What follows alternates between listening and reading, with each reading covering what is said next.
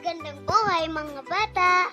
Tara, samahan ninyo akong matuto kasama si... Teacher Aika, your online teacher.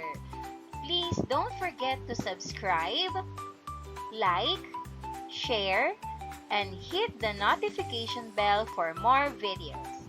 Thank you! Matatag Curriculum AP4 Quarter 2 Aralin 6. Ang ating paksa ngayong araw ay tungkol sa pinagkukunang yaman ng bansa, likas na yamang mineral.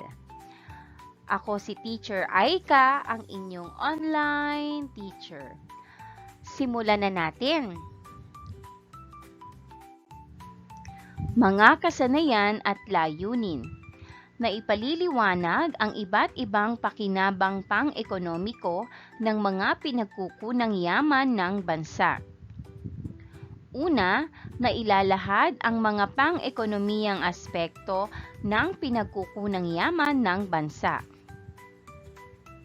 Ikalawa, nakapaglalahad ng mga iba't ibang kahalagahan ng pinagkukunang yaman sa pambansang ekonomiya. Ikatlo, nakapagsasalaysay ng magagandang epekto mula sa mga pinagkukunang yaman ng bansa. Ikaapat, na ibabahagi ang mga pakinabang pang-ekonomiya mula sa paggamit ng yamang pambansa para sa kabuhayan, kapaligiran at kultura. Natatalakay ang mga hamon at pagtugon sa mga gawaing pangkabuhayan ng bansa. Una, nasusuri ang mga iba't ibang hamon sa mga gawaing pangkabuhayan ng bansa. Ikalawa, naiisa-isa ang mga batas at ahensya ng pamahalaan na tumutugon sa pagpapahalaga at pagpapanatili ng mga likas na yaman ng bansa. Ikatlo, nakapagbibigay ng mga paraan sa pagtugon sa mga hamon pangkabuhayan ng bansa. Ikaapat, na ipaghahambing ang mga epekto ng hamon at pagtugon ng gawaing pangkabuhayan ng bansa sa kabuhayan, kapaligiran at kultura. Narito ang mga nilalaman. Mga pinagkukunang yaman ng bansa. Likas na yamang enerhiya. Una, gawaing pangkabuhayan ng bansa. Ikalawa, mga hamon at pagtugon sa mga gawaing pangkabuhayan ng bansa. At pangatlo, pangangalaga sa mga pinagkukunang yaman ng bansa. Magkaroon muna tayo ng balik-aral. Tukuyin kung sa anong uri ng likas na yaman ang mga sumusunod. Una ay ang troso. Ito ay yamang gubat. Perlas, yamang tubig. Isda, yamang tubig. Bigas, yamang lupa. Saging, yamang lupa. Gatas, yamang hayop. Kabibe, yamang tubig. Waterfall, yamang tubig.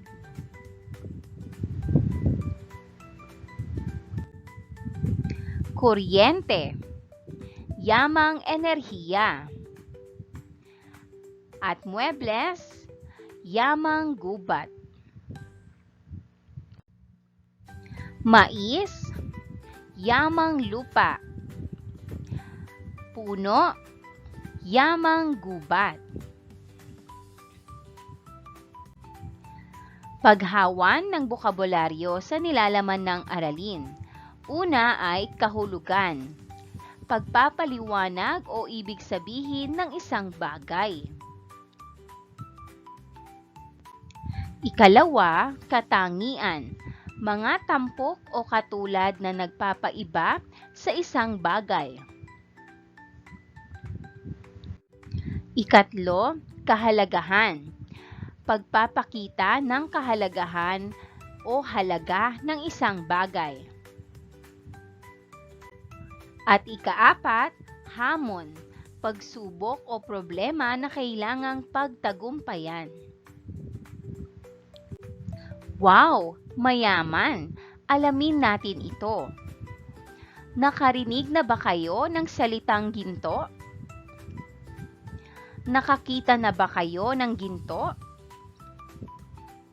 Alam ba ninyo na marami sa mga alahas ay gawa sa ginto, gaya ng pinakita ko sa larawan? Saan nga ba galing ang ginto?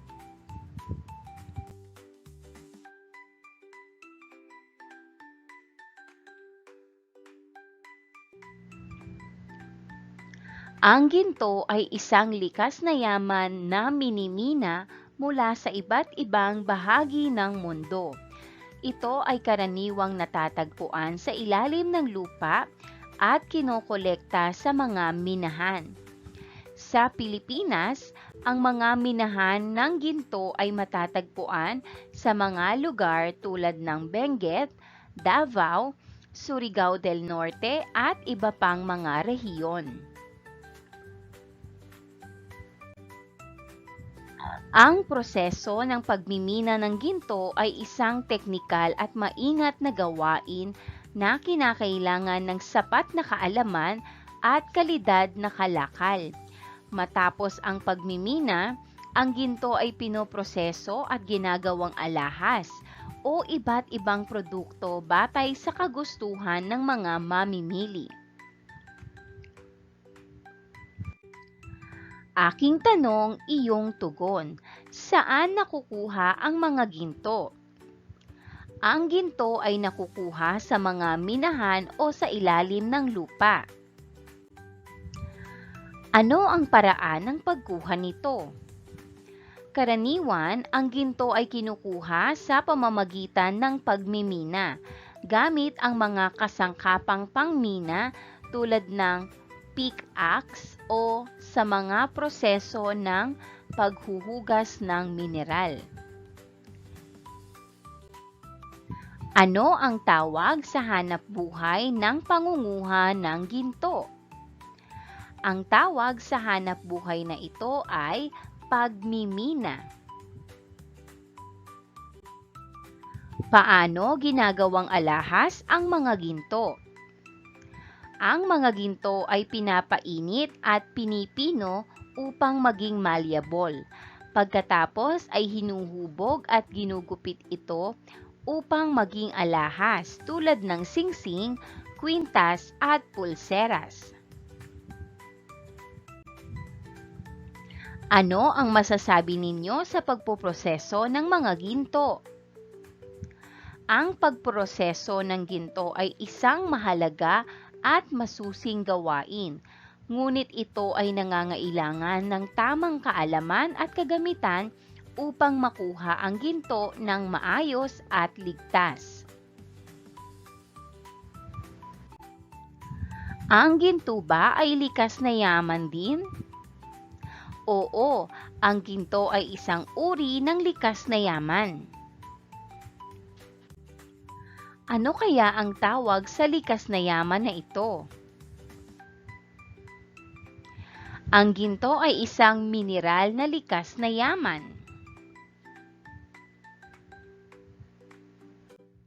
Ibigay ang mga salita mula sa kulang na mga titik na katumbas sa tawag natin sa mga likas na yaman gaya ng ginto.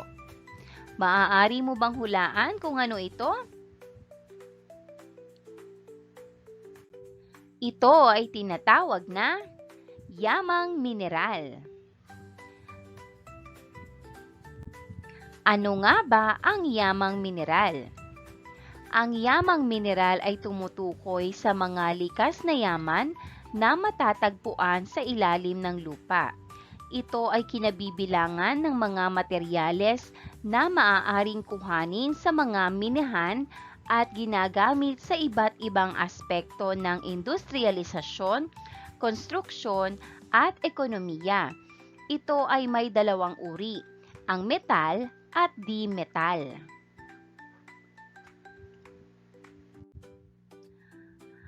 Narito ang uri ng yamang mineral. Una ay ang metal. Gamit, paggawa ng alahas, kasangkapan at infrastruktura.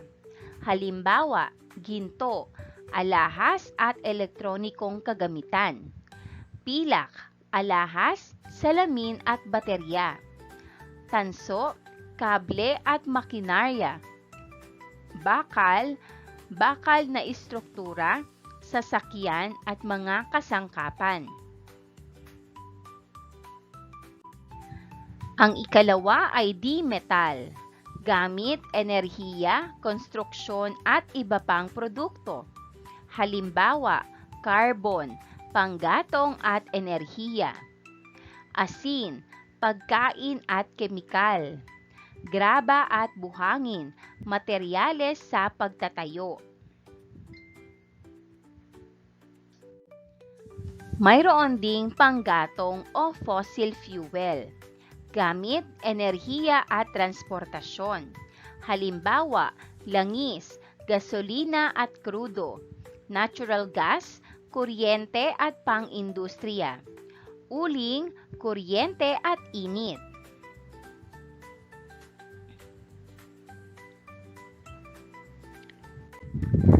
Pagmimina.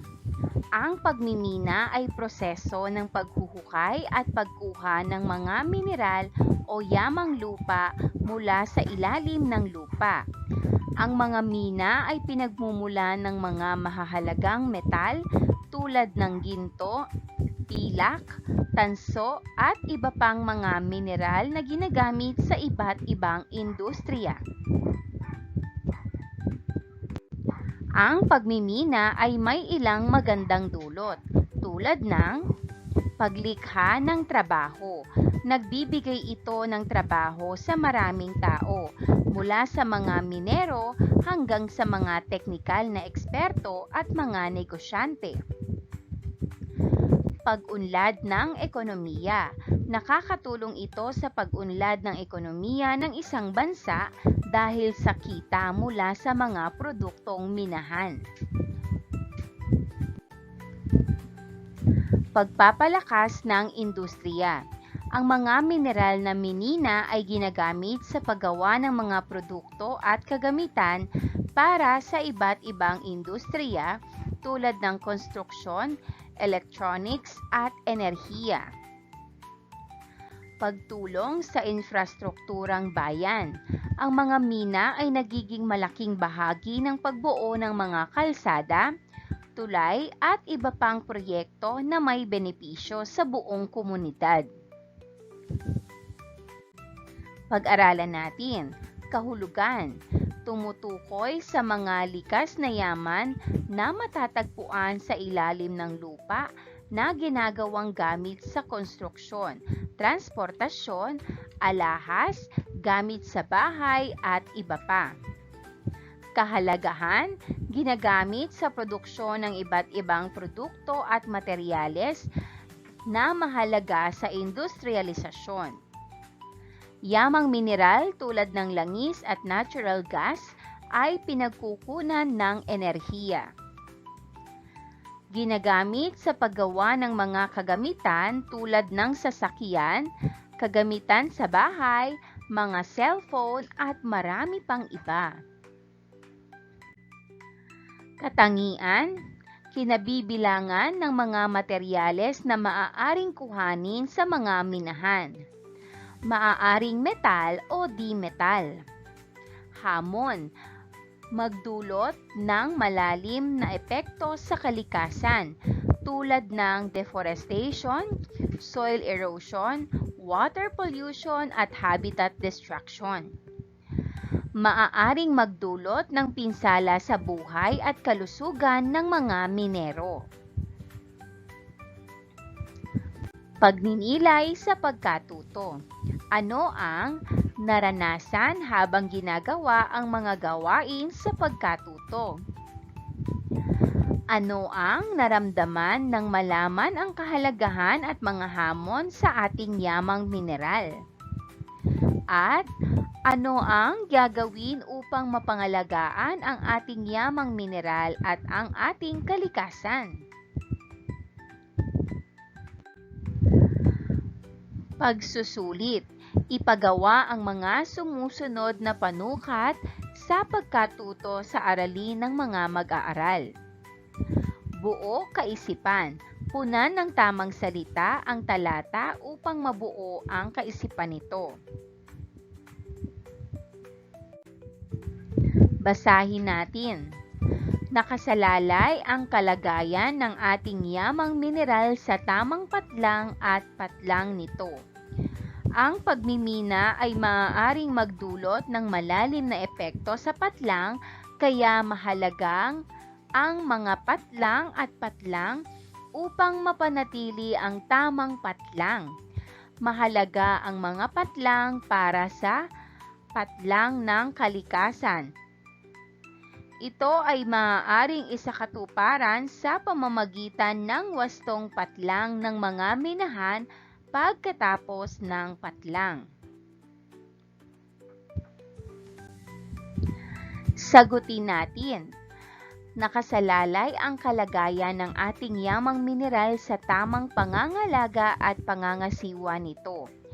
Ang pagmimina ay maaaring magdulot ng malalim na epekto sa kalikasan, kaya mahalaga ang mga regulasyon at patakaran upang mapanatili ang ating kalikasan. Mahalaga ang mga hakbang para sa proteksyon ng kalikasan.